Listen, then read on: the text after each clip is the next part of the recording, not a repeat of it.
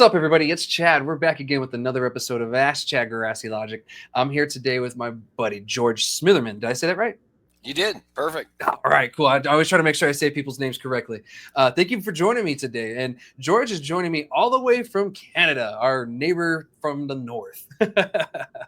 So thank you again for joining me and everyone. And we'll get right into the episode. George, without further ado, could you please introduce yourself and tell the people a little bit about yourself? Yeah, absolutely. Well, we're to the north of you, unless you live in Detroit, in which case it's south, and that's the most impressive and busiest economic crossing that exists between two countries anywhere in the world.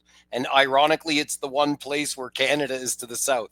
I'm George Smitherman, as Chad said. I'm so glad to be with you on Grassy Logic. I am one that's been sometimes accused of having grassy logic on account of being honest and open about my cannabis use. I'm a former politician, I guess best known as Ontario, the province, Canada's largest. I was the Minister of Health and the Deputy Premier of this province, and I was also the Minister of Energy and Infrastructure. And I guess from a political standpoint, I'm sadly best known globally for having lost the election campaign to Rob Ford, the brother of our current premier, and a man that is regarded lovingly by some and not so much by others, to say of someone that's passed. I spent I'm 60, over 60, I'm 61. I spent my life really in and around politics, working at all different levels of government. As Minister of Health, as you may know, healthcare is a big deal up here in Canada, where we have a universal system with a single payer, not all those insurance companies. It's not perfect, but we don't have all those insurance companies. A lot of people tell me that's one advantage. That's the largest government program or department in Canada. Back quite a while ago, my budget was in the 40s of billions of dollars, and in today's dollars, that's well over $80 billion. So even where America is such a big country and they throw such big numbers around in Congress and all of that, the Ontario Ministry of Health, with about 15 million Ontarians, is really, really quite a significant player. I was in that role for 5 years. That's one of the longest periods of time that a Minister of Health survives, because it's not an easy job. It's thought that way. And I've had a chance in my life to be Chief of Staff to the Mayor of Toronto. I worked for a federal cabinet minister. I worked for the Premier of Ontario. So I'm somebody that made my way from the grassroots up through the chain to be, a fairly senior political person. And now I am actually like a volunteer working in an election campaign right now, trying to help a friend of mine get elected in a place called Kenora Key Wetinong. This is a riding of 265,000 square kilometers that stretches from the Minnesota border to Hudson Bay. So it's got Americans and polar bears on either end of it. So I enjoy politics. Now, my cannabis experience we can get into probably with some further questioning. Yeah, for sure. And I was actually going to dive deep and go way back on where this even started and how you got involved politically. But real quick, I want to educate my listeners real fast. So for those of you who don't know much about Canada or other countries or anything, that's okay. So Canada, they don't have states; they have provinces. And actually Mexico has states too, and the real name is United Mexican States. So they're the USM or UMS or something like that.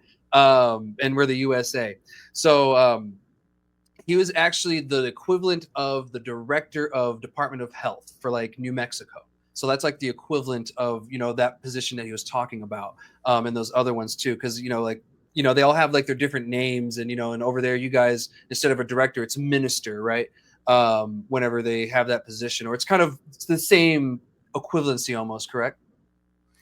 Yeah. And, I was elected. Like, the key point is that you get to serve in government ministerial roles if you're elected. So it's not like you're chosen to a cabinet like President Trump has. I'm chosen by my boss, the premier, out of a group of elected officials to serve in that role. So first I got elected in the downtown Toronto riding called Toronto Centre Rosedale, a super unique part of the city of Toronto. That's awesome. And, we'll dig into that more. I just wanted to educate everybody, and thank you so much for sharing that, because I'm so far down south in America that I've never even been to Canada. It's not even close to me. So, thank you so much for educating. I've met many Canadians, of course, in my life, but someone in the government I've never had the chance to sit down and talk to. But let's go back, and we'll start from the beginning. What got you involved in politics in the first place? Because looking at your background, it goes all the way to the 80s, and maybe even further. I don't know something. Yeah, it's interesting. Interesting to me, at least, is I wandered into an election campaign. Our elections are sometimes spontaneous. So an event where the government loses a vote in the House of Commons can trigger an election. When I was a 15-year-old kid in December of 1979, you want to believe how big our Lincoln Town Car was back then, I could tell you, all right? But if you go back to that period, our government, which was held by the other party, crashed. They were defeated in the House of Commons. And we had a comeback from someone that had retired, Pierre Trudeau, the father of Justin Trudeau, our prime Ah. minister that has now just retired. Mhm. And I was drawn to politics by the spirit, really, of my mother, and especially my grandmother, that had a really strong, fervent view around social justice. And somehow or other, I was attracted to politics, and I wandered into a campaign office, and those were run by women at the time. Really, really strong, smart women, and they really nurtured me. So they created an environment where actually the Liberal Party became like a family to me. And I could Mhm. say honestly that many of the very best friends that I have, that I'm as close to, in many cases closer to than even my blood relatives, came out of my ongoing activity within this family of the Liberal Party.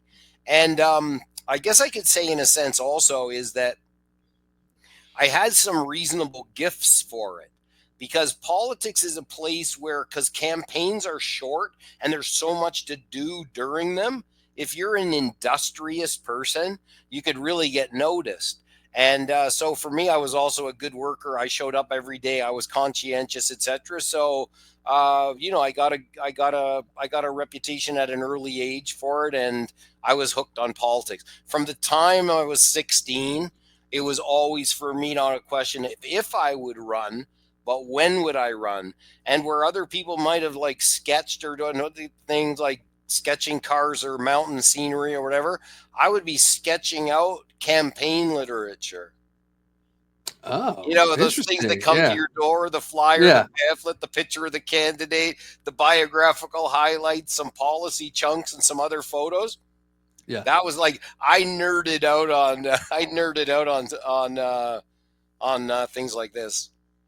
That's interesting, and I guess when you are in politics or government politics, you do have to have that kind of niche, because I've been doing what I do for 12 years, and there's been so many people that have come and gone, this and that, and it does take a certain person, and I do nerd out on it. When the legislative session comes, every January here in New Mexico, it's like my football season. I'm sitting there watching it. I watch the whole hearings and everything. I throw popcorn at the TV. I'm cussing at people and cheering and shit. And I totally get it. But the campaign stuff, that's interesting too. And you're still doing that to this day, correct? Yeah, well, in my heart, I could do many things in life, but it's kind of like once a politician, always a politician. Yeah. So, the passion's still there. In this election cycle, where we've had a surprise election, Trudeau left. He was quite unpopular. The Liberal Party replaced him with a man who's like the Jerome Powell of Canada, the former head of the bank, and also Hmm. the former head of the Bank of England Yeah. during Brexit. Hmm. So our party replaced leaders in a very quick leadership race.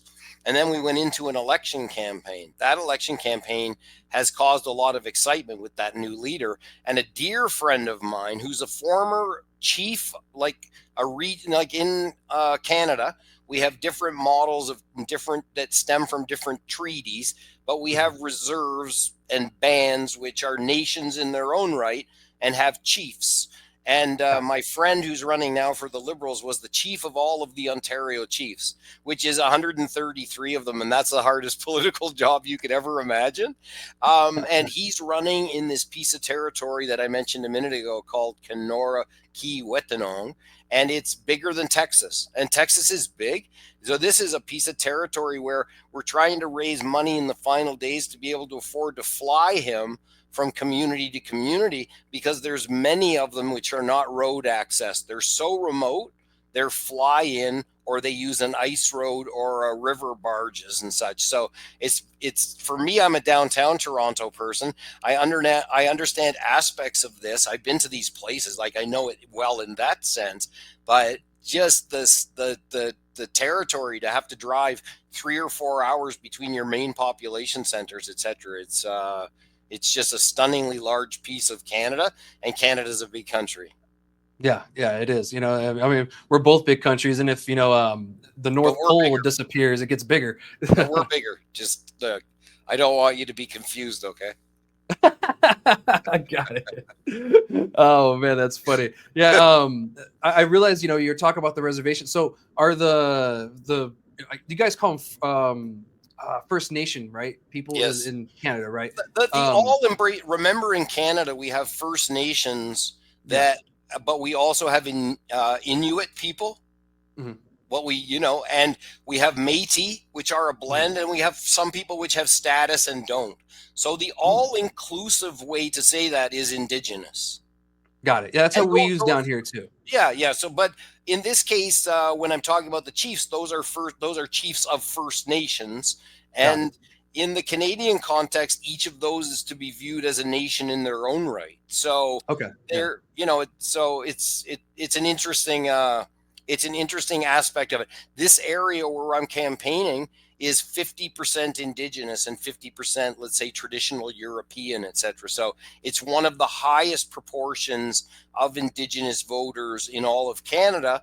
And we have a very, very well respected elder who was, like I mentioned, a former Grand Chief and Regional Chief. So it's a lot of fun to be helping them out.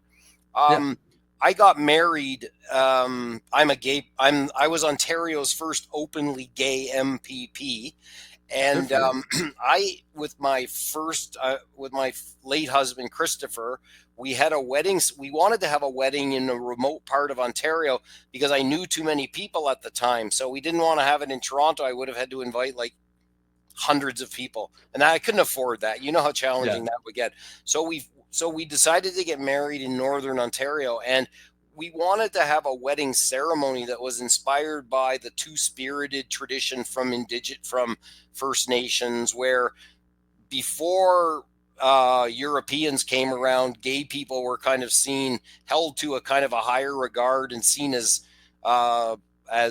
important as the spirits within First Nations. That we sought to revive that in the wedding ceremony that we had.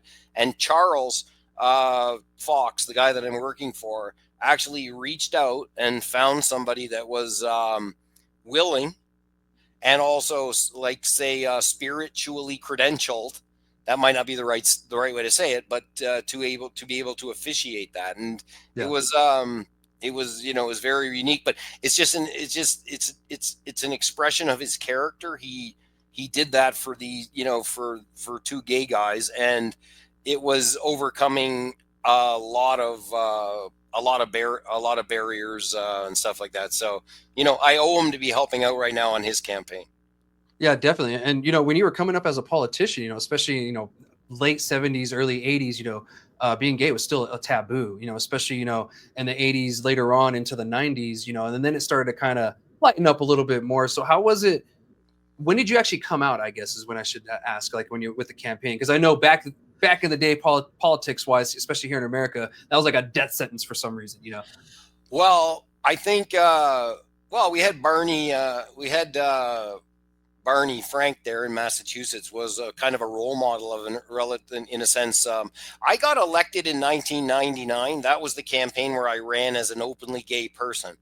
Okay. I ran from the standpoint of owning a business in the heartland of the highest proportion of gay and lesbian people in Canada, English Canada anyway.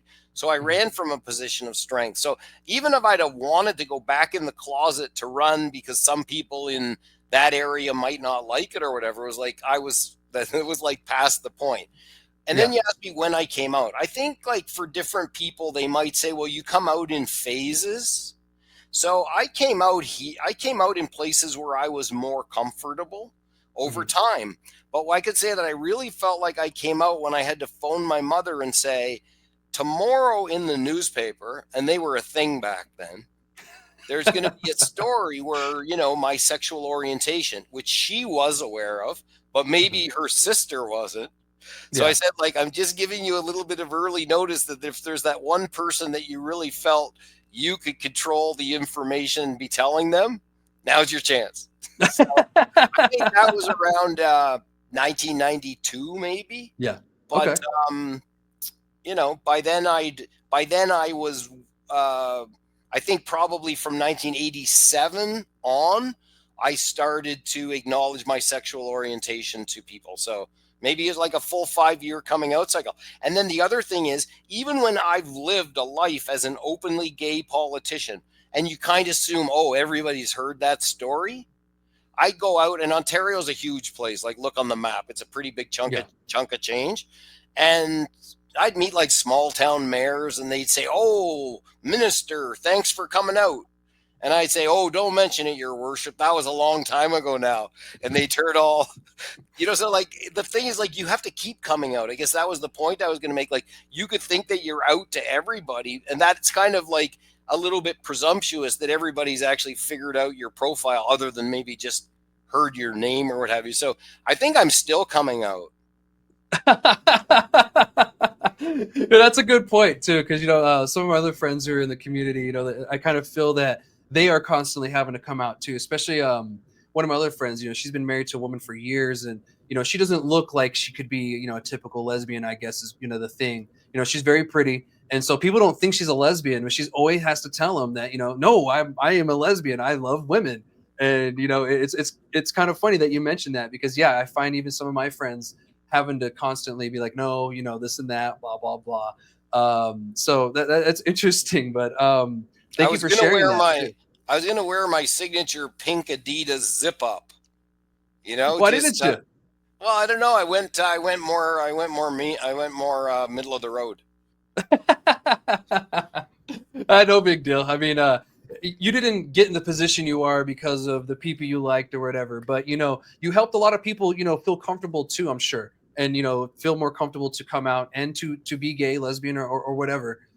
So that's something huge to really have under your belt, because that's not easy, especially in the time period that you were doing all these things, and you just kept driving on with the mission, not really giving a shit, and I love that. Like The it's It's really nice of you to say that. I mean, I think the thing about it is, at least for me, is taking control over information and putting it in the public domain is a certain kind of liberation. yeah. And I experienced that twice. I did that with coming out, and then I did that with coming out about hard drug use. And the Okay. one thing that while I was in the middle of my most important roles, Yeah. and not on a planned basis necessarily. But the Yeah. thing is that each of those stories created the most powerful and enduring bit, like the reward that comes from politics that keeps on giving, is that if you're out and about, you run into people that you had an influence over, but you really didn't know. You really didn't know it. I'll give you an Yeah. example. I was in an airplane hangar announcing a new aircraft, a Medivac aircraft that ironically was going to be able to take cardiac patients that were having a bad experience from Thunder Bay to Duluth, Minnesota, because they do, they're near each other. They back each Yeah. other up as necessary. And a guy that worked as a mechanic or aircraft maintenance came over and said to me, he said, I just want you to know that I have a son that's like you. Or no, he said it in a nice way. And it really means a lot that I could point somebody out like you to him or whatever. Then other people that would text me and say, like, I've been really struggling with crystal meth addiction or what have you, but I found inspiration in the way that you talked about how you dealt with matters related to addiction and stuff like that. Those are the greatest. Or I had a guy recently said to me, who's very worked for the prime minister in a very senior role recently. He said, you probably don't remember this, but I got my start with you as a summer student and they weren't going to give me the job. And then you called somebody or whatever. I don't remember those things, but when somebody comes and tells you that, it's like, oh, okay, that's really nice. Those are the great rewards that come from a life spent in politics.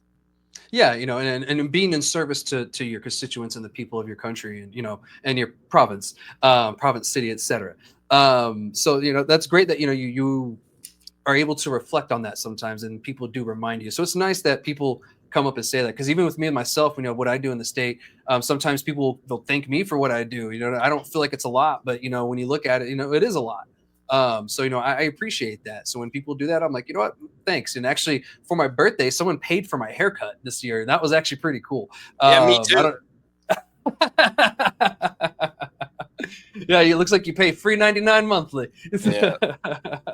So, but yeah, and I was going to ask about the drugs thing too. Being in politics, and of course, being open about whatever drugs, or even the cannabis thing back in the day, that was also like political, like suicide essentially, because even I remember Bill Clinton, yeah, I did inhale, that was like a huge thing, like, oh my God, he inhaled. And then we get Obama and he's like, yeah, I smoked. And then pretty much every other politicians since then is like, yeah, we smoke weed. How was it being in the political landscape and having the stances you did when it comes to drugs? Well, maybe I'll try to weave together two or three things. So the first thing is that I owned a film processing business at the corner of Church and Wellesley, which is kind of like the main intersection for the heart of the gay community in Toronto.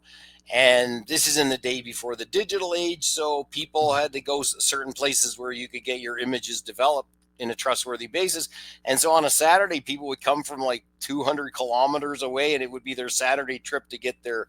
So I met in that time frame, introduced to me by my dearest friend Barbara Hall, who was the mayor of Toronto, to a guy who was an HIV and AIDS advocate. And he was he was a medicinal cannabis advocate. And really, he just proved to me that for a man like that, who was on that rudimentary AIDS cocktail, one of the implications of which for almost everybody was this thing, they just called it wasting, and we could all imagine what that is. And they tried to prescribe these people with Marinol, which, as best as I could tell, is a poor replacement for cannabis. And he really just showed me the proof point that in that indication of wasting, and that would be the same for someone suffering today from chemotherapy, cannabis is obviously a medicine. So I came to that conclusion. Then I used hard drugs. And then I used cannabis as my off-ramp from those hard drugs. And so all of those people that like to tell the story about, gateway drugs or on-ramps, I'm not saying that's impossible, because the same drug dealer that I bought cocaine from sold me weed also. So I'm not saying that's impossible, but I think what is underrepresented is the extent to which cannabis can be, for many people, an off-ramp from harder drug use, and therefore, in a sense, at least as a minimum, a tool of harm reduction. For me, I would say it's like that's where my brain came to peace. Like I say, that's what I found. So my story with cannabis is kind of like a little bit surprising. I was a late bloomer on cannabis. I was really a late bloomer on drug use. But when I met up with it, I spent a very, very close decade with it, if you know what I mean. Yeah. I still worked. I still made it up the ladder. I was still a productive individual, but I was not a healthy individual. Yeah. And, thank you for sharing that, by the way. It's not easy to share something like that in your life that you went through. It's something that you have to kind of pull out of the thing or your, trunk of memories. And, sometimes it's not easy. So thank you so much for sharing that with me and the rest of my audience and stuff, because there could be a few people who are maybe struggling with a similar, well, maybe cannabis would be something I can try. I lost my older sister to prescription pills back in 2010. And if she had cannabis, she probably would still be here today. Because when she was living in Arizona, before she had moved to Georgia with her husband, who was a drill sergeant, she was smoking weed in Arizona and Phoenix, and she was doing a lot better. And then she got away from that and further away from kind of access of where she can get it, and she went right back to her old habits and stuff. So thank you so much for sharing that, man. Because like the time period that you were in doing all that, it was hard to even come out and talk about stuff like that. And even today, some people still get weird about it. Like they don't believe that you can be a positive person in society when you've gone through something like that. But you're an example of that's bullshit. Like it's on the person. If you want to change as a person, you can. And you've shown that. So thank you so much for sharing that with me. That's something powerful. I also had the good fortune of having good bosses that could see past the 1 or 2 day wonder of a challenging headline and look past that to actually firstly inquire not about what the political prospects we were facing, because the story of my drug use was now on the front page of the largest circulation newspaper. His first question was like, how are you doing? I was in Northern Ontario. I was in a place called Blind River. And Yeah. it's like there's certain things, even as you get older, you could think back. It's like, I know where I was standing at that exact moment. I can, Mhm. and I remember that so well. And he was like, his name is Dalton McGinty. And he's just such a fine man. And for those many years that I worked as his 2IC or what have you, I just had so much good fortune to have him with the emotional capacity or human scale or however you say that. He was one of 10 kids, and he was a Mhm. leader amongst his siblings, etc. And he was so thoughtful and patient towards me. That's back to that Liberal Party thing too that I spoke to you about the first time. When I Mhm. started coming out in the 1980s, I was working. I just gotten my first apartment downtown, and I was working for the Premier of Ontario, the leader of the Liberal Party, and he had introduced a resolution to amend the Ontario Human Rights Code to include sexual orientation as a grounds where you couldn't discriminate. This is 1986 or 1987, and I was in the galleries, and I was like quite teared up and emotional about it. And Yeah. I was working in that same political party, so it's also it takes good luck actually to be able in your life to be working in environments where you have the confidence to be able to do that. That's an inspiration that comes sometimes from your family, from your extended family, and certainly can be in fact impactful in your workplace. And there's lots of ill spirit, sad to say, like in America and Canada too, like there's a lot of ill spirited people, a lot of them, and they find their magic online. Oh, yeah, they find their niche, if anything, unfortunately. So I totally get it, and being a Latino man in America, sometimes I get the brunt end of that for the wrong reasons too. So yeah, I totally get it. The only thing that really saves me sometimes, I joke when I say this to people, I say the only white privilege I have is my veteran status. For the most part, people listen to me more and leave me the fuck alone if they find out I'm a veteran, which is fine. I'll take it, but at the same time, it's a little sad that I have to go to that you know level of things. Well, I know it's bad to go all DEI on you these days in the United States. They might ban your podcast or something, but like I declare my white privilege. That's obviously the case that I have that because I spent quite a bit of time consuming illegal substances, and I faced no repercussion from that. Whereas Yeah. if I was a person of color or street involved or something else like that, I'd have a I would have had a different outcome. So I have to Yeah. acknowledge it. Then I always say, but I have at least I could play the minority card from a sexual orientation standpoint, because you do learn things also about, what it's like to be treated in that minority context. But Yeah. definitely like white privilege is I know that's a real thing, and Yeah. I don't hesitate to declare that openly. And when I see people that are afraid to say that, I really wonder is like, can you not actually read a demographic chart, like look at a statistic or just look around you? It's sad to say. Yeah, yeah, and I come from a state where we have the most, Hispanic Latinos per capita versus any state in the nation. So I totally get it, and I was in the military, so I've been in opposite situations too. And it's a night and day difference. I'm a little pampered over here, with what I got going on. I can go get some tacos or something like that and not get harassed. So, but do you think that these backgrounds that you have, being a gay man and also, a prior drug user, when you went to your role at the when you were the minister of health, I kept wanting to say Department of Health, when you were the minister of health, do you think that kind of helped you in that role itself, be a little bit more caring and understanding with certain people's situations? Yeah, I would say yes, but my harshest critics would say, well, not enough. So I inherited a situation where my predecessor was from a conservative tradition, Hmm. and they were not giving any resource or increasing the budgets of those organizations. I call those like community mental health organizations. We had like 450 of them in Ontario, very small and population targeted. And but they'd been like starved out. Like they were on the same budget that they had 8 years. This is how you can really tell if people still care about your program. Is it like, does it understand that inflation is real? Is it keeping pace, etc.? So none of those programs really were.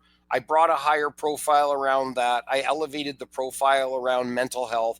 I did some things in adolescent uh, dual, cross addiction, the mental health and addiction piece.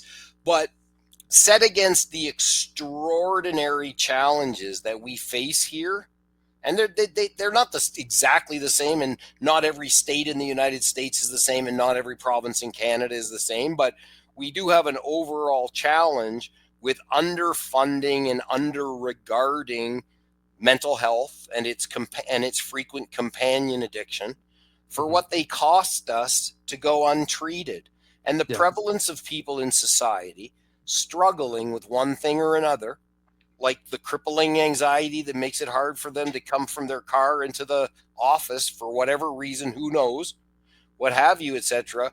We've really been sweeping that stuff under the carpet for like decades on end, like, oh, that's the crazy aunt down in the basement or what have you.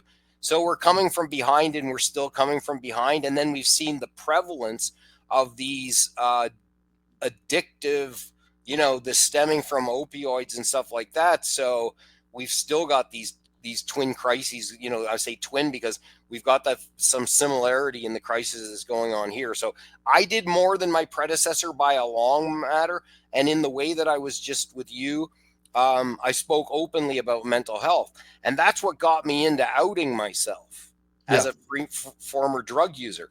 I was there as the Minister of Health to make a 3-minute speech at the beginning of an annual awards ceremony put on by an organization called CAMH, the Centers for Addiction and Mental Health. It's probably the biggest player in Canada. It was one of my hospitals. They have a big gala each year where they acknowledge people that have overcome struggles in one or the other. And I was sitting there and I was like, it's not going to be very authentic. I was like, I said to myself, I was like, this is that moment. Because you're always thinking, like, I did my drugs in private. So there was no, like, maybe I was at a, anyways, like, there were no party pictures of me that were someone else was going to, it was information I was controlling. And I was sitting there waiting for my turn to be called. And they had these huge letters across the back of the stage, like 15 feet tall. It said courage. And I was just drawn to say, like, I'm going to be like kind of halfway open. And I said, as someone who's seen the wrong side of too many sunrises, I want to, or something like that. And to me, that was just a tricky way of saying is like frequently I was up when I probably shouldn't have been. And many people could figure out why. But there was a lady, a reporter, that was receiving an award because she'd overcome some significant mental health anxiety or what have you. And she picked up on those words. And she was the one that reached out the next day and started towards that becoming a more public thing. So I was trying to be authentic in a sly way by using language that was a little bit weird. Yeah. And she picked up on it, and, and it ran from there. And my boss didn't can my ass, but many bosses would have. Yeah. And that's what I was saying, back then, it was almost political suicide or just job suicide to admit any of those things in general to start with, especially the drug stuff. And now it seemed more or less like, okay, like some people just have an issue and they get over it, or they find help, whatever it may be. And this is one of those cases, and they obviously had faith in you as well. While you're dealing with all this, and they more than likely maybe respected you a little bit more for being that honest too. I know I would.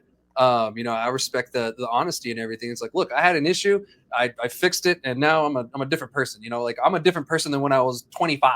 You know what I mean? And I'm 38 now. So we all grow up or we turn into someone different, and it's great that you were able to use those experiences you had, be negative or positive, whatever, for good when you're at the Ministry of Health. I keep wanting to say Department of Health. When you're at the Ministry of Health. Interestingly, in Ottawa, where we have our national level, they're ministers, but they call those departments.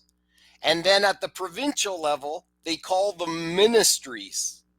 So you're doing well. Okay. You're fleshing out the chart. Now, when you told me about how legislation was lining up for the session of the New Mexico, and I was like, holy goodness gracious, like if I was in the business of government relations or what have you, you were like so on point. I was super impressed by that, and I learned a lot about that model in contrast to some of the ways that our lawmaking occurs here.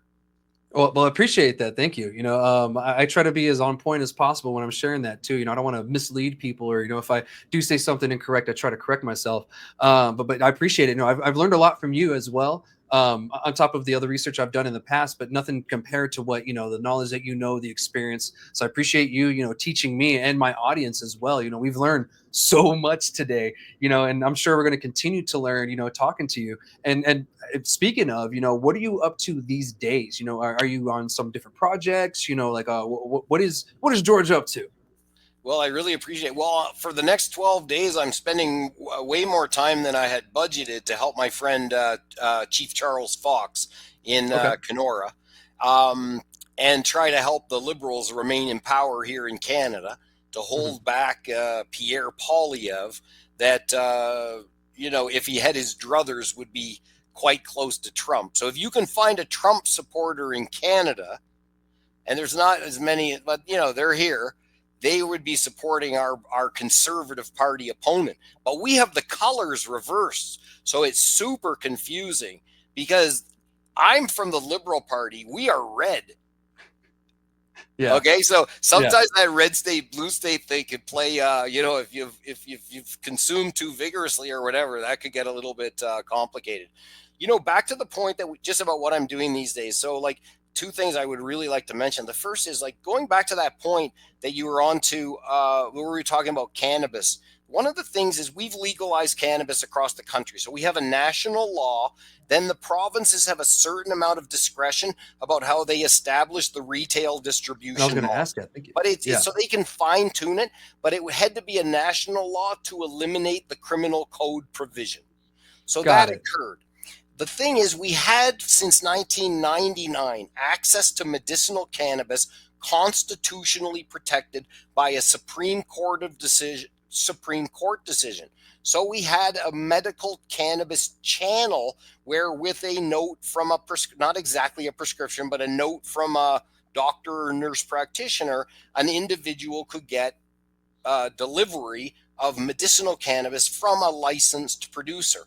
That model remains. But since the legalization of cannabis, people figured out that a lot of the products in the retail, adult recreational retail end were very similar to the products in the medicinal end, only the ones at the retail store proved to be less expensive.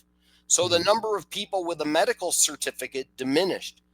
Canada, because of legalization, I would argue, actually kind of stymied the emergence of medicinal cannabis. It never got more sophisticated. It got stuck for quite a while in a dry flower world.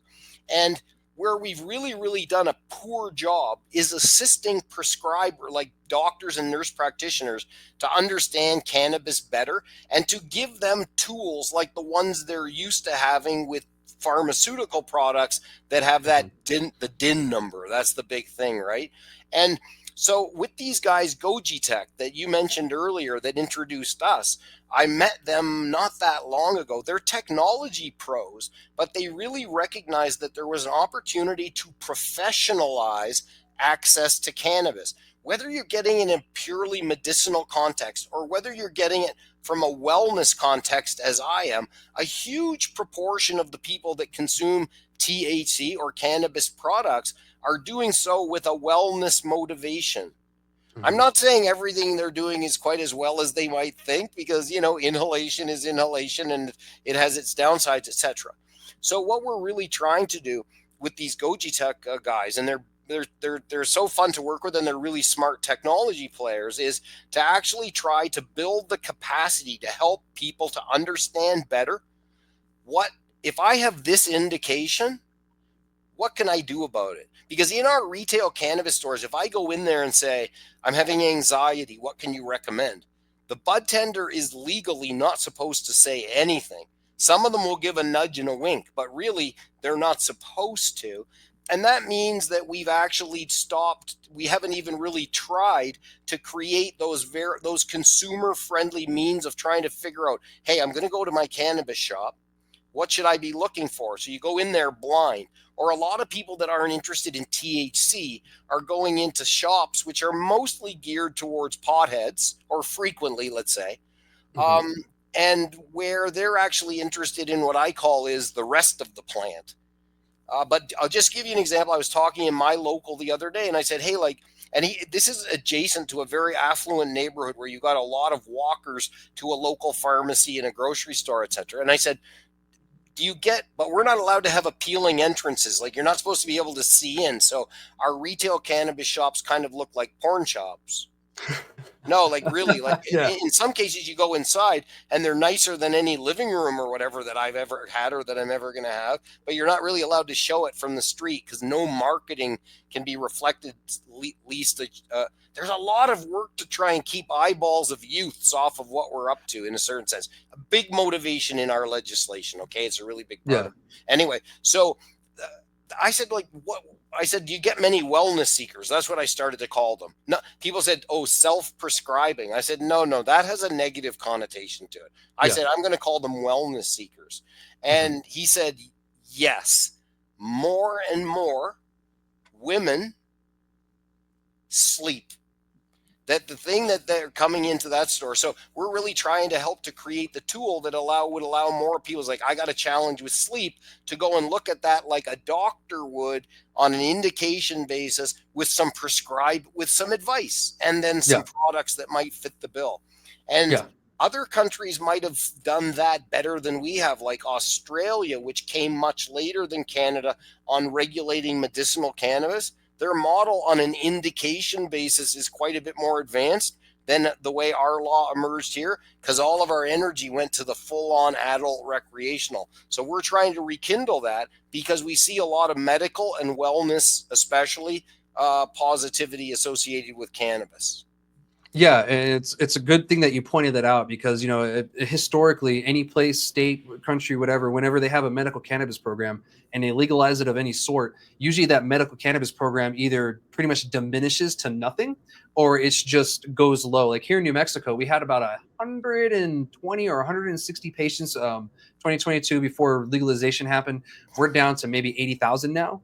And it's kind of gone back up a little bit, but it was a time where it was just dipping and dipping. But I've been on a push, and a few of us other ones have been, to try to get more patients back, because we call everybody a patient. The wellness seeker. I love that term, by the way. I think I'm gonna start using that as well. So thank you, because it's a great term. But we call them all patients.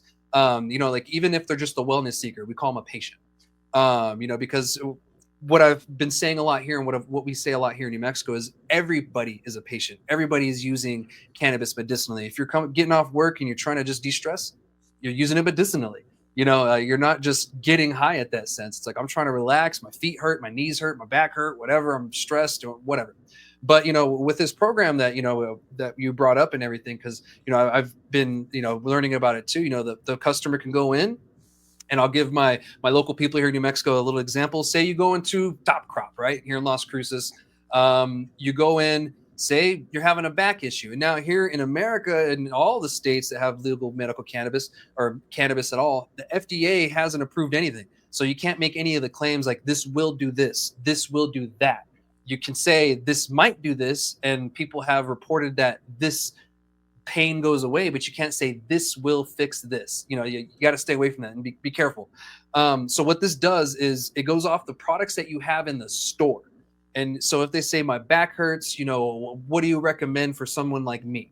And they can just go into the app, and it shows them exactly what they have. Well, we have this balm, or we have, this dab, or we have whatever it may be for you. And people have reported that, this such and such is, helpful.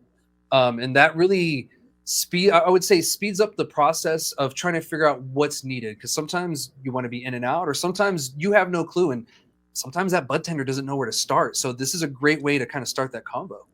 The thing is, the clinical rigor that goes into actually having that list that bud tender looked at, which is based on their inventory, I'm a bit suspicious of it already in a sense.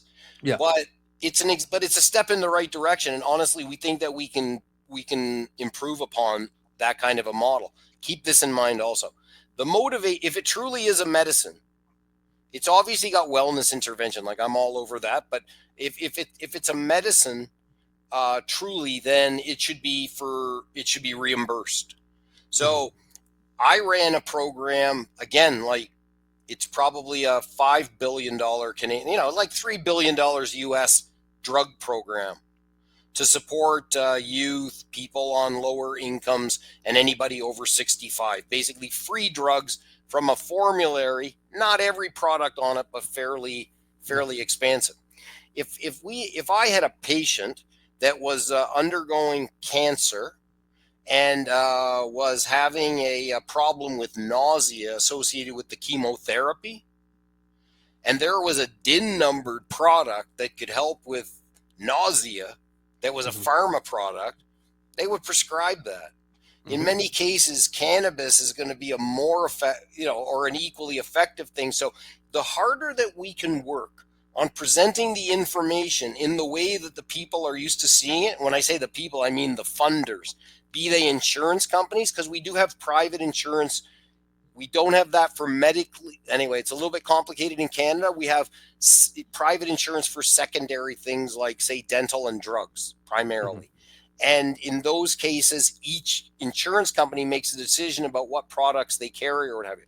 So we're trying to enhance the means by which we can actually prove the point, so as more of these cannabis products can be made available to a wider array of patients that really need them, because they're seen as medicine to the extent that they'll be reimbursed. So that's also part of our motivation on the longer term.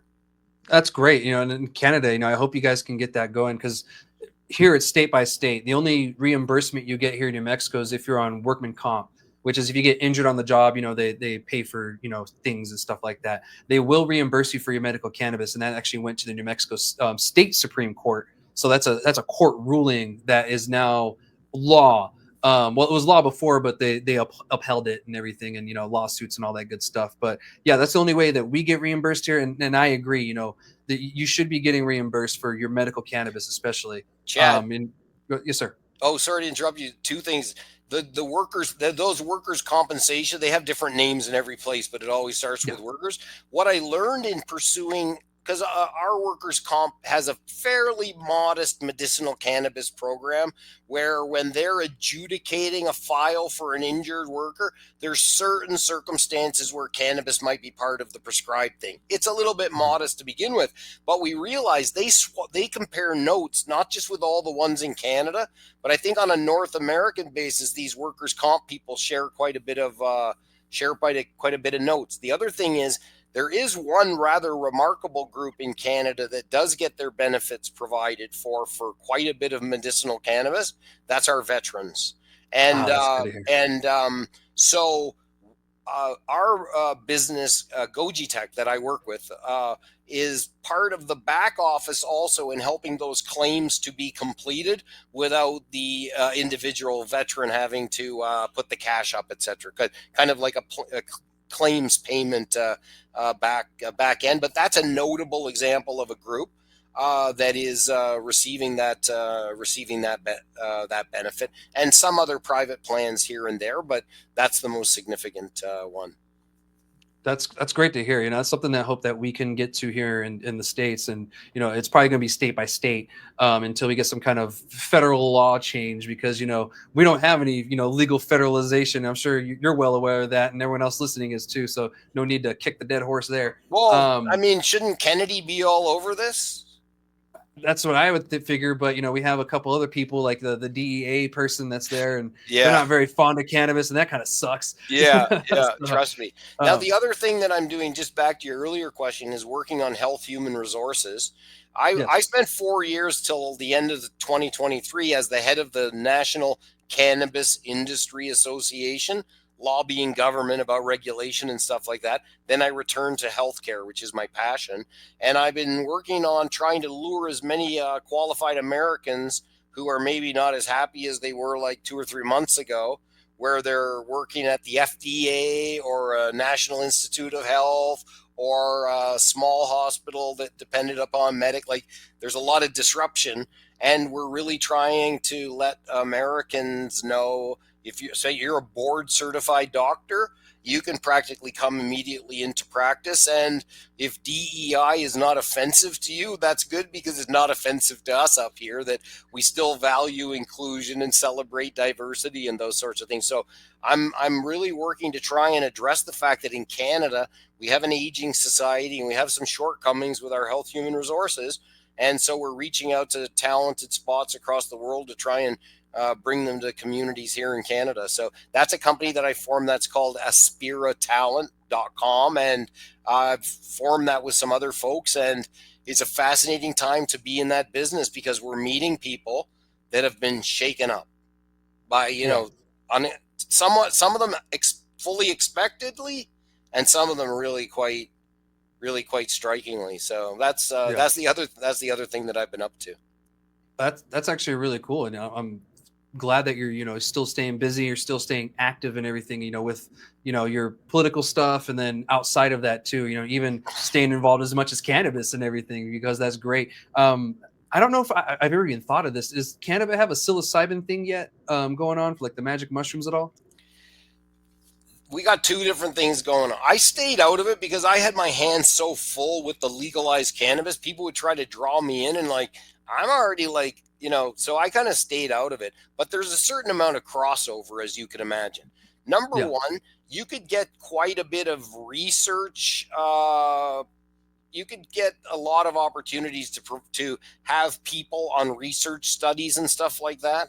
So it's not like fully legalized, but it's definitely pressure on for it to trend in that direction. Then you have a proliferation of at least, I don't know, dozens and dozens of magic mushroom shops, just like we have. And we have quite a few indigenous cannabis shops which claim a right to sell cannabis, and government and police are quite slow sometimes to intervene in that. So we have that going on, and quite a bit of magic mushroom shops opening one day and being kind of pushed to close the next. But variably across the country, that is a scene that's emerging. And in those shops, you're frequently going to find cannabis crossover products, et cetera, et cetera. But you've got it going on kind of on the illicit side and also on the legit side, if I could use that expression, or legislated or regulated, where and lots of people pushing for a full-on kind of a legalization thing. I don't see, there's no momentum for anything further within the political parties.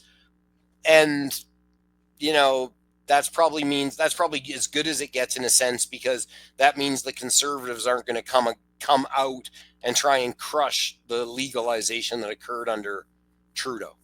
Yeah, and I hope not, because here we actually had our prior governor before the one that we have now. She actually ran on ending the medical cannabis program that we had just got like 2 years before she took office. And so she did for a while try to end the program, say it's illegal, this and that.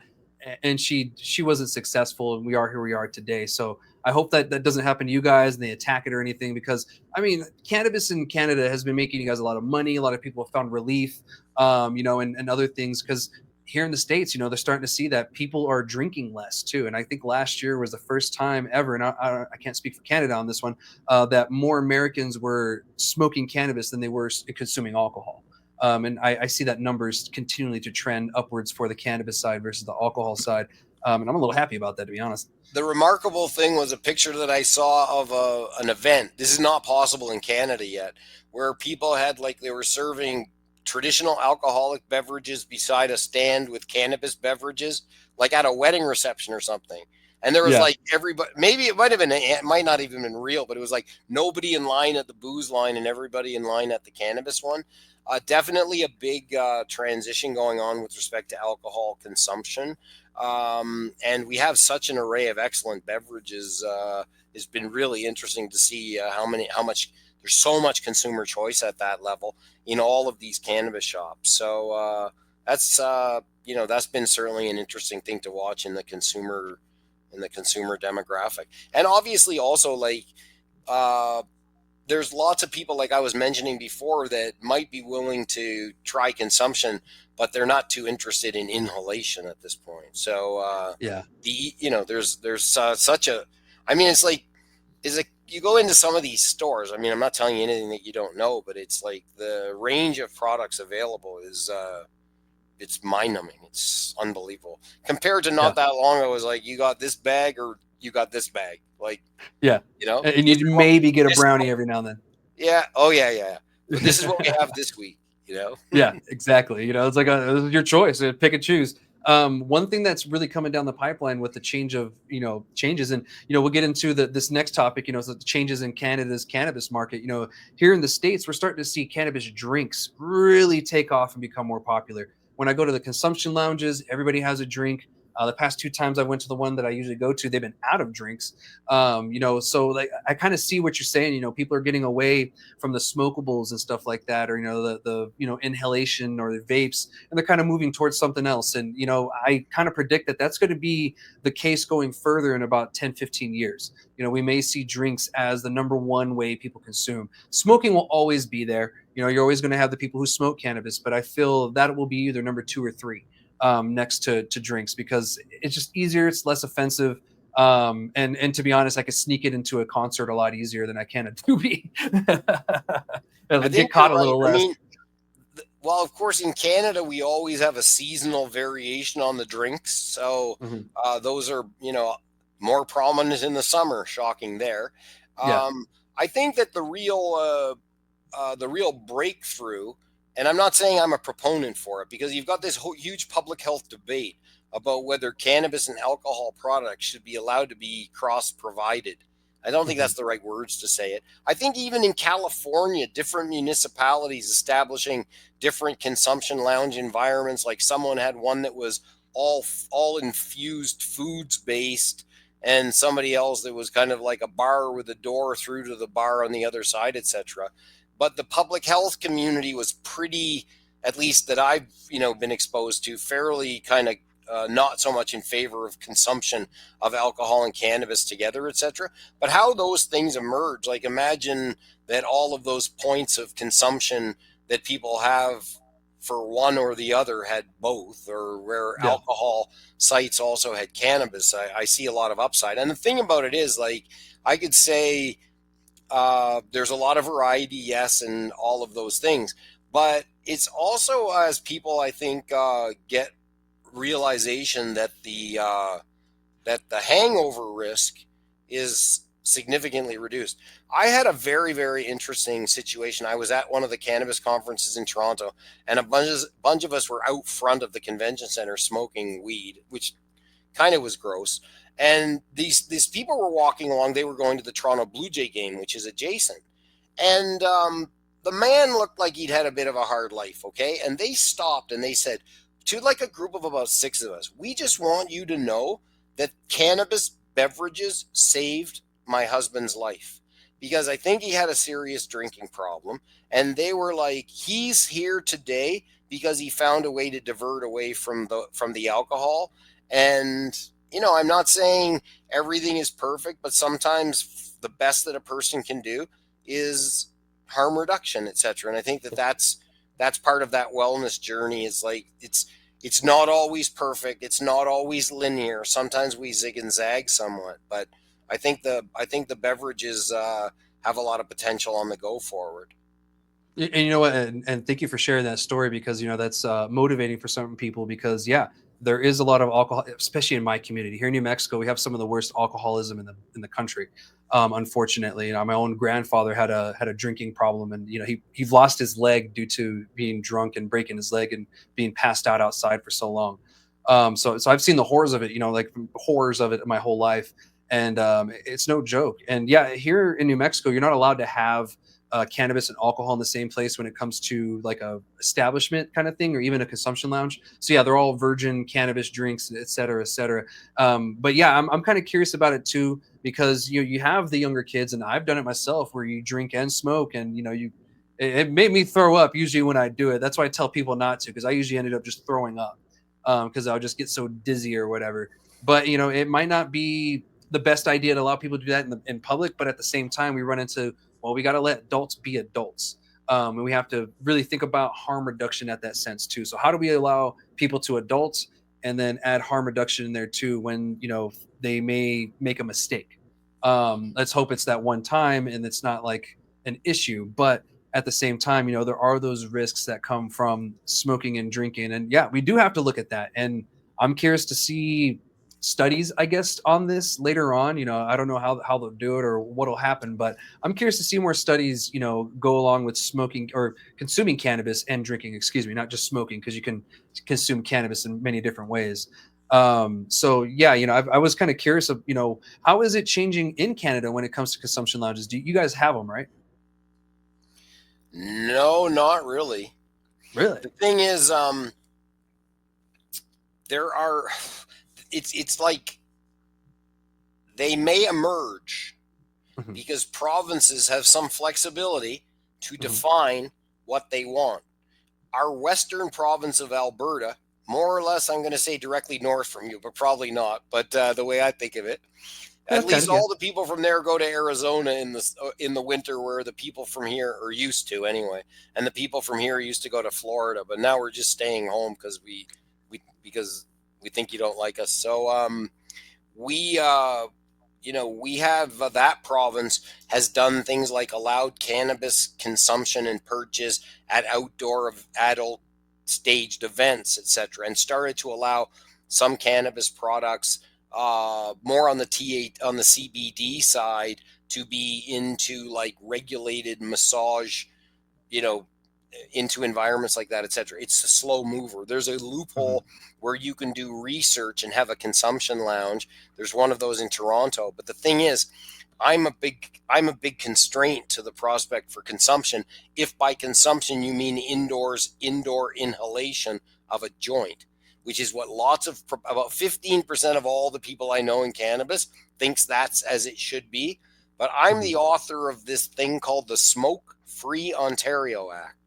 And it's got a very rigid policy in Ontario that there shall be no alcohol, I should say no tobacco consumption within any commercial or public environment.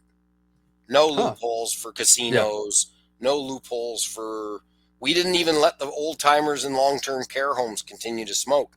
And then when cannabis came along, instead of viewing it differently and through a different lens, they just glommed it on and applied the whole of the Smoke Free Ontario Act that was written by me and others with a view towards tobacco cessation, and they glommed it onto cannabis. So quite a significant, and a lot of provinces followed suit because Ontario is the big province, and we Hmm. were early on, and it's frequently the case that states and provinces, I say in politics, everybody loves a precedent. Is also Yeah. less work. Yeah. Yeah. So that's a real constraint to very much consumption and slow movement on like regulated environments that are just cannabis products, etc. So the consumption thing is a bit stilted here. Yeah, yeah, and it's unfortunate. We added consumption in our state, I think like 2019 or something like that, but it didn't really start taking off until adult use. And even now, we're still running into issues of people getting started. Some don't really know how it works, and to be honest, no one knows how this works because no one's really done this before. Like we have some that are coffee shop style. We have some that are dive bar style. We have some that are like sports bar style. And to be honest, I like that because they're all finding their own little niche. And who knows? Like we don't know what this is going to look like at the end of the day when it's all said and done. Who knows? We might end up with those different categories at the end of the day too. And I hope Canada, goes along with that too, because it'd be great to visit Canada and go to one of those lounges or something one day. I think a really important thing to point out is that Canada initiated the legalized, like Prime Minister Trudeau, when he promised this, was not anywhere near being the prime minister. And many people told him that's outrageous. And when he was elected, many people told him you should ditch that idea. But it was sold, therefore written, and therefore significantly motivated on the basis that this was about trying to reduce the likelihood that young people would be accessing cannabis. So our presumption in all of the law and regulation is framed around that. In a lot of the states that I see, there's a more transparent economic development side, and especially, and I really like this latter point, a really strong linkage to social justice, where some of the economic development opportunities are actually tied into the people that have had, their struggles, let's say, with the law and what have you. We have none of that built into our model. So it's not like governments are embracing the opportunity to encourage the cannabis company to come to town and grow their cannabis and set up 8 shops it's really not, it's not really sold that way as much. It's an interesting distinction between the two countries, or the two different environments about the way. And I'm not saying every state is the same. Like I do realize like that's obviously state by state, but the motivation here was public safety, no social justice in the mix at all. And to be honest, at the time when you guys legalized it, social justice wasn't really in anyone's mind because no one's legalized it yet. And they didn't think, well, what about the small operators? Because, they just had in their mind big operators. That's the only one going to be able to get this and get it going. But big operators come with their own issues too. When it comes to cannabis, you scale up, your issues scale up too. And they're a lot harder to fix when it comes to plants and like that. For the growers, we call them licensed producers. We had 2 different scales. One was called micro, where and this was really motivated to say we need to create an opportunity for a relatively lower bar on a regulatory basis for some historic growers to make their way over to the legal side. But the amount of canopy that they could have was really, really, really restrictive. So it was very hard to find the economics where you were growing enough to survive.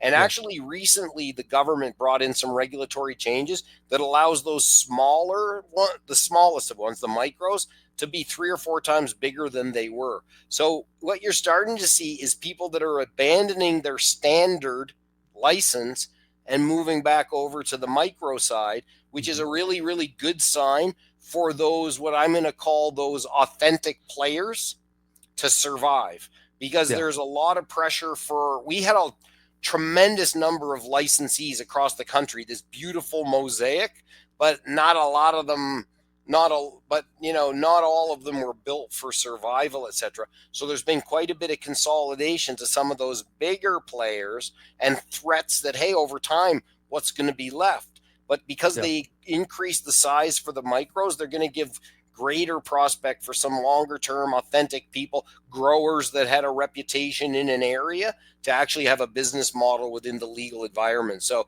I'm really looking forward to what that can do to preserve some of that best historic growing in Canada, which is thought to be especially in British Columbia. Yeah, especially with the indoor, like Canada's infamous for indoor, of course. So it'd be great to see, because with legalization comes innovation. I say that all the time. And that's something that we've seen here in New Mexico too, because we took that same idea. We have micro producers here, micro businesses. They grow up to 200 mature plants. We don't do canopies. We do a plant count, and it goes off of a mature plant count. So you get unlimited immature, which is great. They get to work with clones and, get mothers going and all that good stuff. So they only count the mature. I do think they need more than 200 mature plants. Other people in the industry argue you can get it done, but it is what it is. It's up to them to fight for that now. But we did find that does directly benefit the state, you know, the mom and pops move in, you get better quality cannabis, and it became our um, own kind of like DEI, you know, kind of situation, because we also kept the licenses really cheap. It's like $2,500 for the license, and so we kept the bar really low, so most New Mexicans could participate because we're one of the poorest states in the nation. Having a New Mexican pay 20 grand, 100 grand, that just was just out of the question. You know, so we kept it low. And to be honest, you know, we've come out with some really good cannabis, and some guys that started on the black market, you know, they were able to just really shine and just show what they can do. And some of them are still up and coming and kind of, you know, perfecting the craft, because it is different growing from your closet to 200 mature plants, you know. But you got the controlled market because you don't have cross border. Yeah. Well, Yeah. in Canada, especially in the last couple of months after Trump 2.0 came wanting to take us over, Yeah. realizing we were going to get in the cold shoulder here. Yeah. It's like they went away to a retreat and listened to an inspirational speaker and came back to find that they weren't in love anymore. Like all of the things that we thought were positive are now deficiencies, and the person could only see us for our bank account. You know, it's like it's been a little rough. But one of the things that's done in Canada is actually created more mindset towards an east-west flow, because we have a very natural north-south flow with the United States, but that can't be counted on as it was. And that starts to create, to bring to light some of the challenges that we have in Canada with what we call inter-provincial trade barriers. Because there's no legal prohibition to ship your product cross-country, but some provinces, which are also the business that sells the cannabis, because in Canada, you also have quite a bit of regulation at the seller side. So some provinces had a restrictive formulary, or what have you, SKUs, mostly homegrown products, trying to nurture the locals, and other provinces were wide open where people from across the country were selling them. And this will be an example in the Canadian interprovincial trade barrier conversation about how barriers should come down so that cannabis can move more freely, et cetera, et cetera. Always a risk in those models that people in smaller provinces, and we range from 150,000 people to 16 million. Yeah. But each one of them is a distinct province that has blah, blah, you know, their own growers and stuff like that. So that's just an interesting difference, again, in kind of the way that the law operates here, because you can't go state to state. So that keeps, in a certain sense, keeps the behemoths at bay. Yeah, it does. They at the beginning, they did get away in. You know, that it wasn't legal. Don't get me wrong. It still happened, but at the same time, it was illegal. And yeah, like right now, it has to be grown in the state, produced in the state, manufactured, all that good stuff.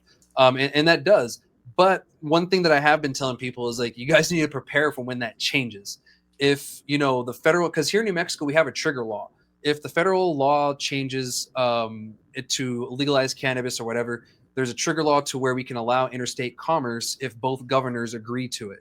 So once that changes, it pretty much almost right away we'll be able to sell it in between states. Which, don't get me wrong, it'll be great for certain companies, but right now, getting started out, I think it was great that we were able to get started on our own, sort it out, and kind of stabilize. Because I was going to ask this too: how much are you noticing Canada starting to stabilize as a market? Because I saw that last year they only had like 4% of growth or something like that, so it was a small growth. So it looks like it's kind of, like, I wouldn't say stalling, but stabilizing. You know, you're kind of figuring out who's going to be here at the end of the day. You have some more people emerging, some changes, especially with those micros, which is great to hear.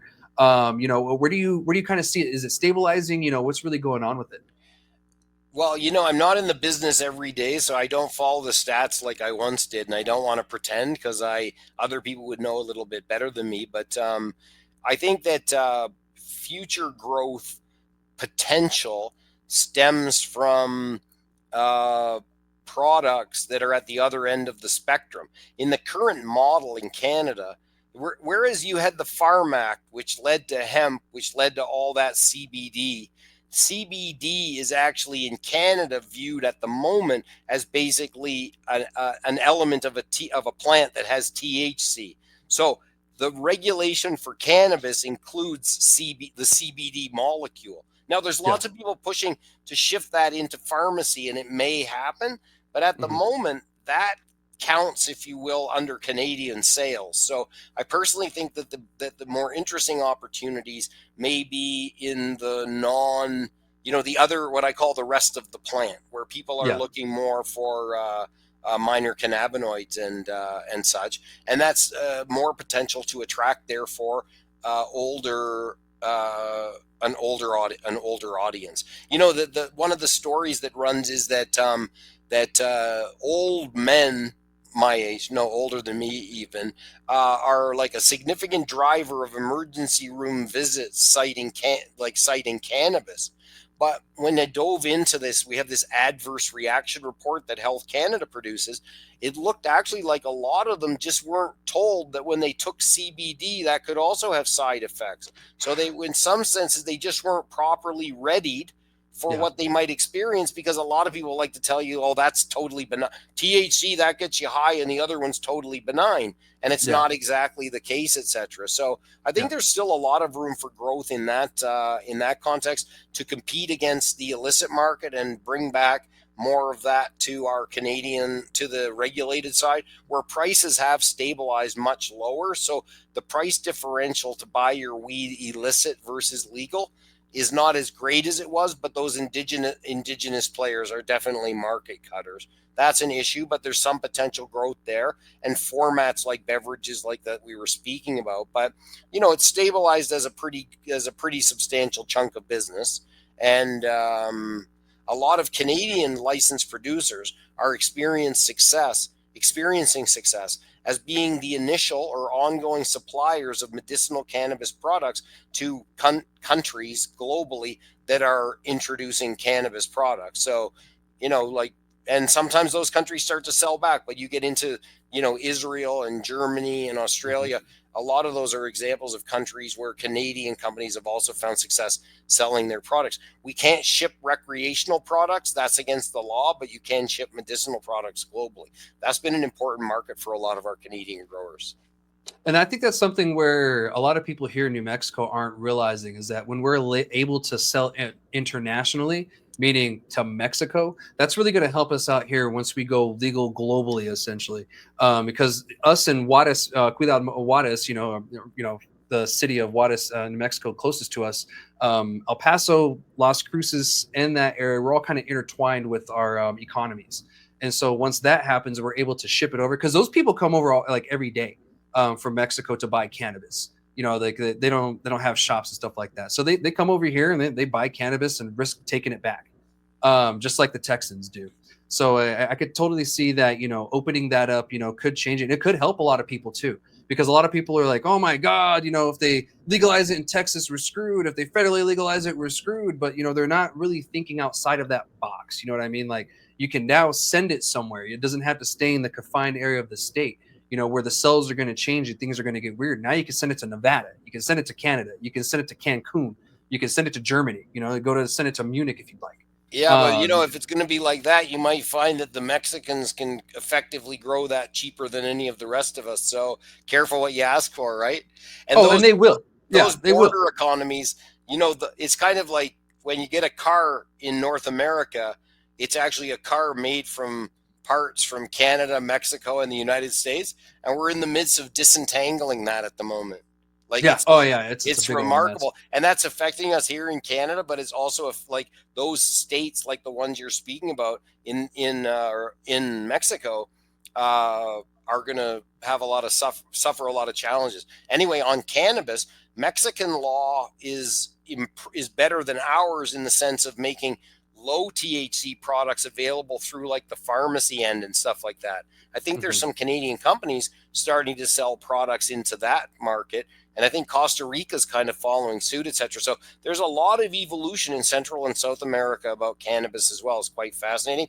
I am married to a Cuban. I spend most of my time in Cuba. This is not a place where the government looks to be getting involved in providing for regulated cannabis, more just say no to drugs sphere there.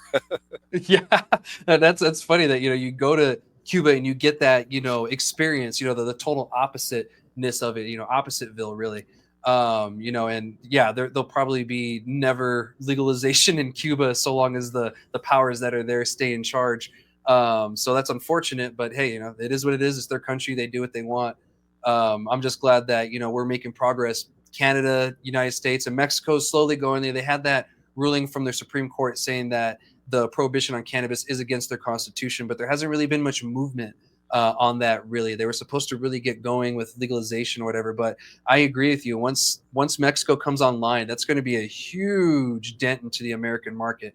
One thing I will say is we're slowly starting to go away from the high THC stuff here down south, in the South area, which is good for us because for a couple of reasons. One, there's this big scare of high THC products, psychosis, all that good stuff. Even Colorado went so far, and I think either they're going to or they did raise the age limit from 21 to 25. All of the fear of the high THC percentages, and then also it becomes a sales gimmick. You get this flower, it's 30%, but it tastes like shit, smokes like shit, but allegedly it's going to get you higher than the one that's 18%, but it smells good, it smokes good, and it's a great smoke. I've had times where that 70% put me on my ass more than that high THC one. When you just sit there and bombard your body with high THC, you get that tolerance and all this other stuff, and it just, for what? There's way more to the plant than just THC. Of course you have CBD, you have CBG, CBN, and THC, THCA, TD, THCV, all these other things, and we're finding more all the time. So why do we limit ourselves to just one and focus on one number when we can focus on what is in the plant? With the terpenes, the Tropicana sulfurs, the scotoles, and all that good stuff that are in there. We really need to focus more than just on the THC, and I hope both of us really go in that direction. And here in the States, we're starting to. And so hopefully that picks up in Canada. So that way we can get these great products that are lower THC, but great products too. You don't need something that's 1,000,000 milligrams of THC. You just need a good product in that sense. And well, it's fascinating to talk to growers that have a history growing and say, well, back in the day, that 17 or 18%, people will like come crawling back for, well, whatever.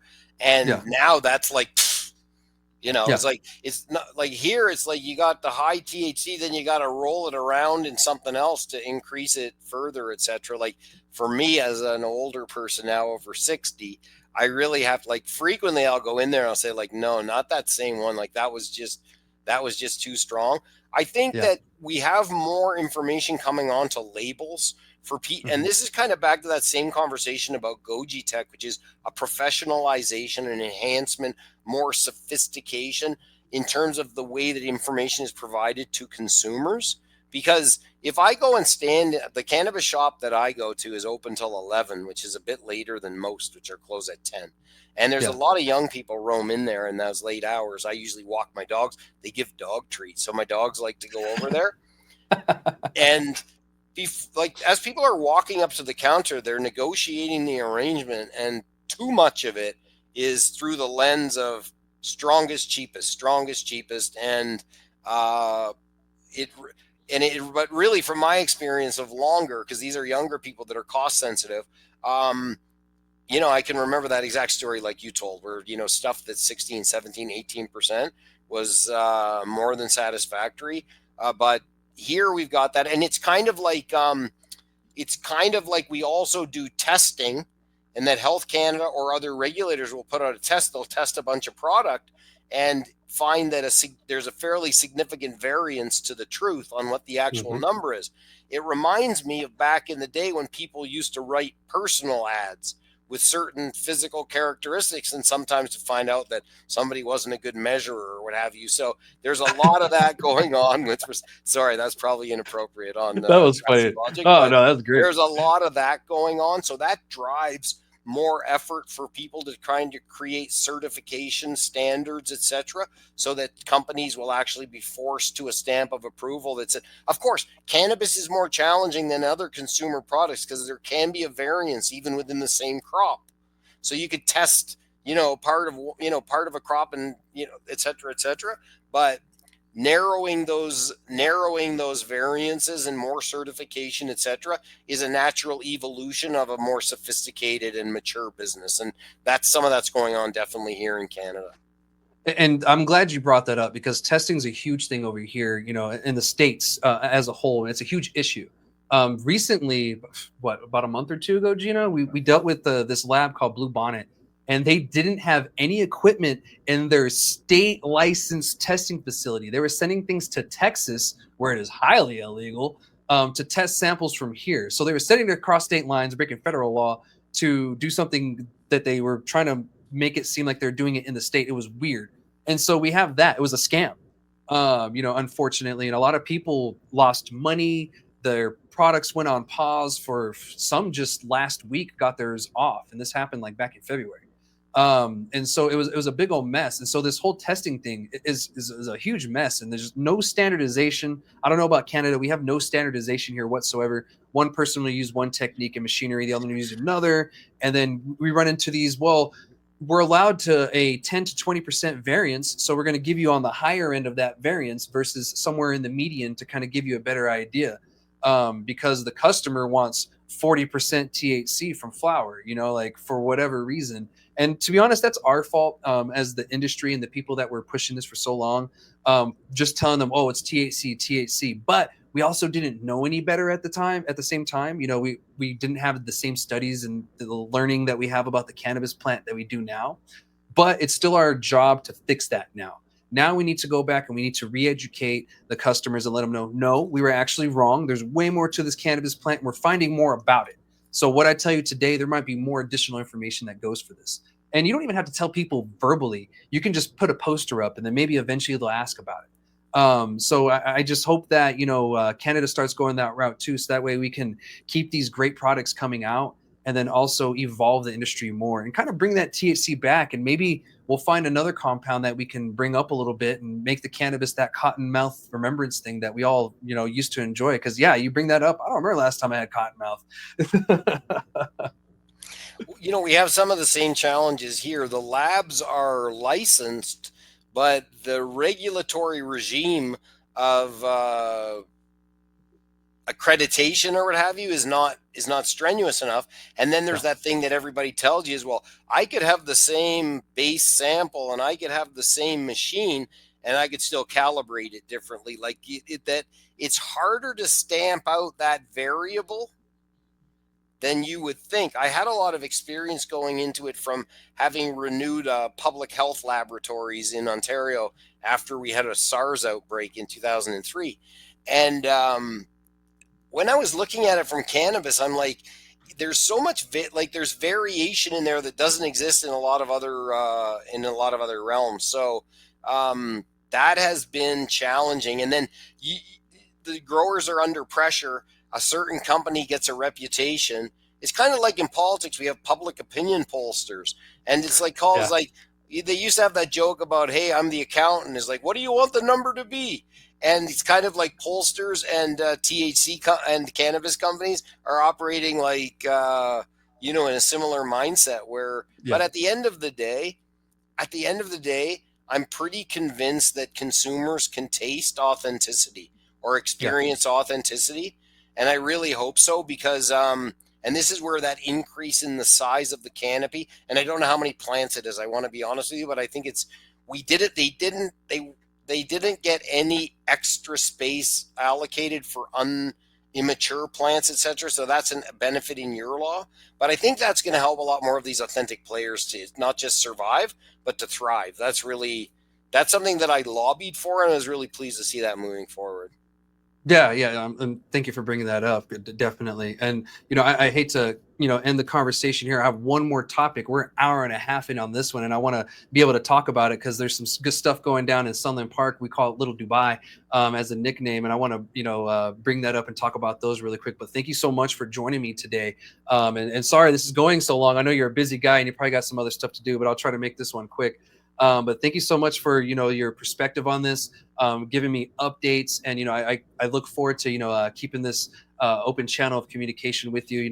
Hopefully you can build a friendship and everything because you're a wealth of information when it comes to the political stuff. And, I actually look up to what you've done with, everything that you've accomplished, man. Like you've started the year I was born, essentially, and you've kept going, even till today, it's still going on. So it's motivation for myself because I've only been doing this for 12 years, this advocacy stuff and everything. So, I got a long ways to go, and that's motivating. So thank you so much. But is there anything more on this topic you want to bring up before we move on? Oh no, I think I've covered the landscape, as the waterfront, as they say. I really admire the work that you're doing to build community, the good spirit that you have. I know how much energy it takes to put into organizing a show and lining up people and stuff like that. But it's been a real pleasure to have a chance to talk to you. Your authenticity, that's an important thing to me, and yours shines through, and you got great values. So I was really pleased to have a chance to talk to you today, and always available. Thank you. I appreciate it. Well, let's get on to Okay. this last conversation we got here, and I hope you can, stay around and join me on it. So we're going to update everybody about Little Dubai or Sunland Park, and this is actually something that's going on currently. So today, the city council is going to have a meeting about a dispensary license, two of them that are going to be essentially in the same location. Now, I want to make some clarifications and give you guys all the information. So this location, it's essentially going to be like an adult Disneyland, and I've talked to you about this before, George. So you already know about it. I think it was going to be called Independent Nation was the name they settled on last year, the year before. I don't know if that's still the same case. Essentially, it was going to be like a music venue meets his hotels, B&Bs, places for RVs for the older people, restaurants, bars, and dispensaries, right? Just all in one place, and even a titty bar. It was even going to be a strip club. And that's one of the other things that they're going to be voting on is they're going to have the dispensary, the strip club kind of thing. And I don't know if they're planning to do the strip club just cannabis or alcohol, because you can't do both. But another issue is that the addresses are going to have the bars and the dispensaries at the same address, but they're going to be in different buildings at the same address. And so a lot of people are running into problems with that, like opinion wise. Another issue that's running into with this is that the location that this is at, part of the parking lot is actually in Texas. The rest of the facility, everything else is in New Mexico, so weed will be legal. However, in that parking lot, those police are more within their rights to arrest you, harass you, whatever. Of course, if the owner of the property tells them get the hell off or whatever, they can still find a way, I'm sure, to go there. And then it could get worse. I don't know. And that's what a lot of people are worried about. Me, I'm on the side of, let adults adult. But at the same time, we could run into issues federally if things do get that bad. Now, I'm bringing this up because I would usually do a call to action. Everyone, please show up. Either if you're against it or for it, please give your opinion. But this is going to happen today. And at the time of recording, it's not being released till tomorrow. So by the time you guys are watching this, it would have already happened. So make sure you guys are watching my socials and everything, because I will update you on that, what happened. But as for the updates of the show, you're going to have to wait till next week. But this is one of the things happening here in Sunland Park and down south, the southern New Mexico. Like I said, this is something huge. And if this does go through and does happen, that's going to be huge, because there's nothing else like this in the state or the area. And I have said many times that we're going to have to figure out how to keep the Texans in Sunland Park or in New Mexico longer than they are, for us to really have a longevity thing. Because once Texas goes legal, Sunland Park's done. And if they don't have something niche to keep them there and to make them want to go over there, a lot of those places are going to end up shutting down, because it's a little ticking time bomb over there. Because we have a state where they have more money than us, and then they have less cannabis rights than us, and so it benefits us like crazy. Because usually it's the other way. You have a state that's legal, and then you have a poorer state right next to them too, so they don't spend as much. Man, they are just dropping money here. I think about 50% of our sales in New Mexico are to Texans. So if they legalize it, there goes about 25% of that. We'll still get a little, maybe we'll probably end up about 15% at the end of the day, because people in El Paso will still be buying cannabis here when they're getting set up. But this Sunland Park thing, I'm going to keep you more attention to it. I've updated everybody on the podcast this over the past couple of years, but this right here is could be something great, or we could be dancing with Zozobra. I don't know if you know. I'm sorry, Zozobra is a thing we do in Santa Fe, New Mexico. It's this big paper wooden puppet, and everyone puts like divorce papers and bills in it, and then they burn it. It's like a New Year. It's like a celebration thing, like a restart. So we'll see what happens. According to state law, this whole bar thing, creates confusion. But if there's a way around it, I don't see why not, because you have to think that, there are dispensaries in New Mexico that are close to bars. They're just not in the same exact building or the same little area. But the only difference between this independent nation is going to be buildings. So it may be at the same address, but it'll be at a different building. And I think some people are thinking that it's going to be one big place. They're going to have strippers and weed and booze and like a free for all. But that's unfortunate. I know, right? Gino's over here like, sounds like Vegas. But you know, it's not going to be a free for all. It's just going to be a big old thing like that. I'll see what happens and I'll keep everybody updated. But do you have anything to share or any questions on this, George?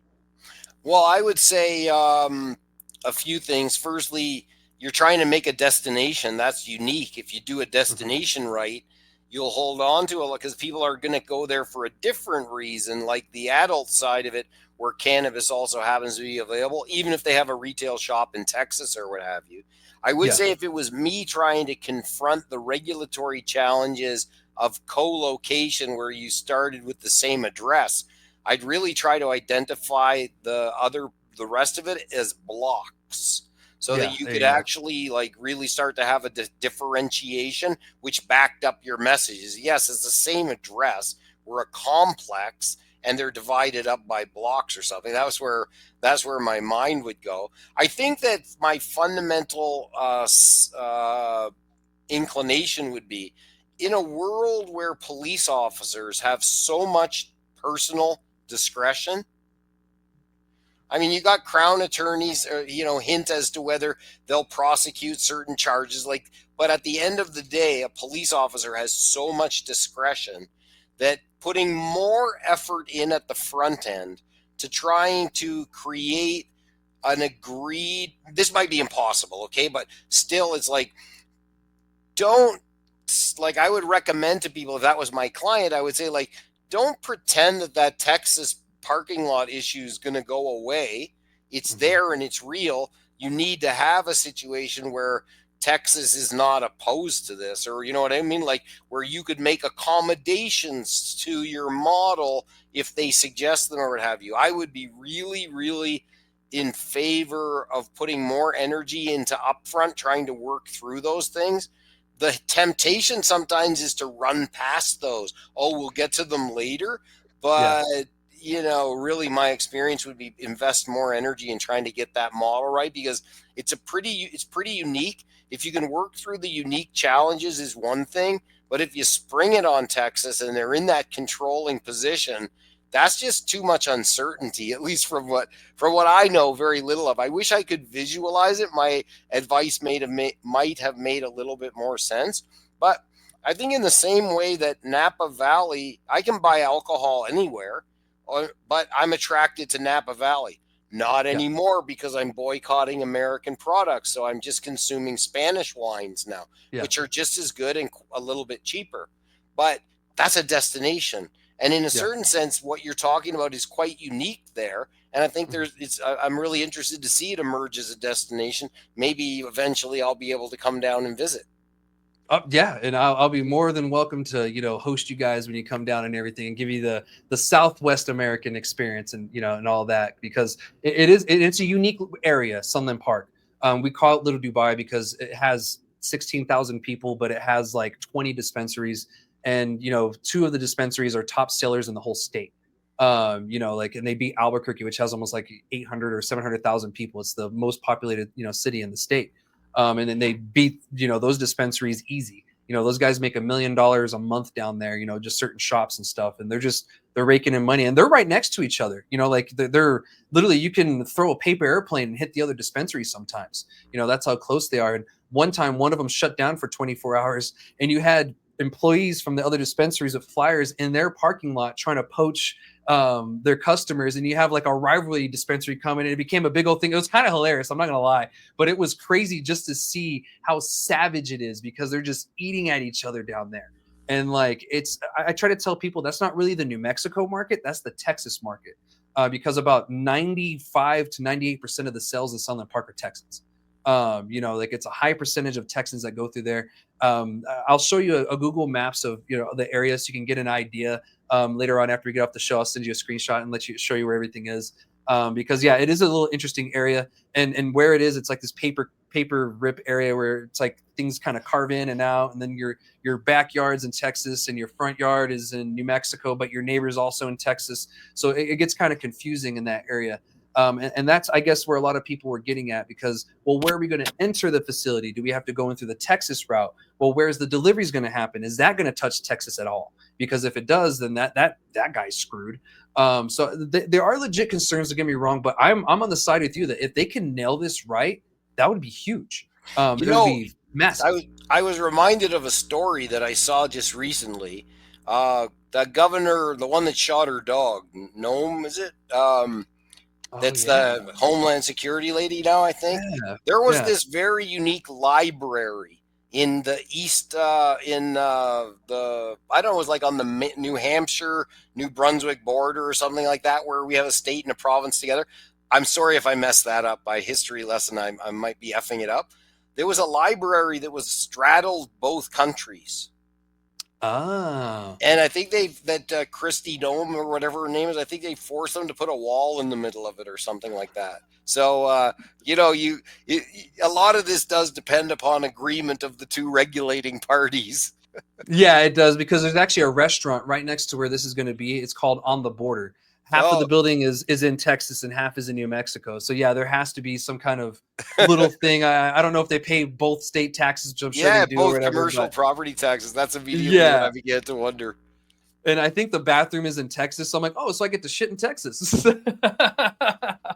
So, but yeah, we have something similar. It's not as extreme, but yeah, it is. And I'm sure both sides have to come to some agreement. I mean, I feel if the companies or organizations working on this would push El Paso to at least try to decriminalize cannabis, I think this would be a big help, because cannabis isn't decriminalized in El Paso. There's a couple of cities in Texas that have passed that, but unfortunately El Paso isn't. They're supposedly a cite and release city, but that is at the discretion of the officer, and sometimes they do and sometimes they don't, and sometimes they just waste your time. I've had friends get popped who work in Sunland Park, and they have yet to hear anything from that case from last year. So, it's unfortunate, but at the same time, that comes with being so close to another state's border that has laws like this. And when you have, federal laws that bar you from going from state to state too, or crossing state lines with it. So we'll see what happens. I'm curious. I'll let everybody know what happens with this again. I'll remind y'all, because I'm gonna be down there probably in the next hour and a half or so. I'll be down in Sunland Park, unless something happens and they cancel it. That does happen. Things change at the last minute. I'm sure working with government, things change at the drop of a hat. So I'm gonna keep you guys updated. Next week I'll have you the update on the show. But if you want to know before then, make sure you like, subscribe, follow, whatever you got to do to stay in the know. All right, guys, I'm out of here. Shoots. I'll see you next week.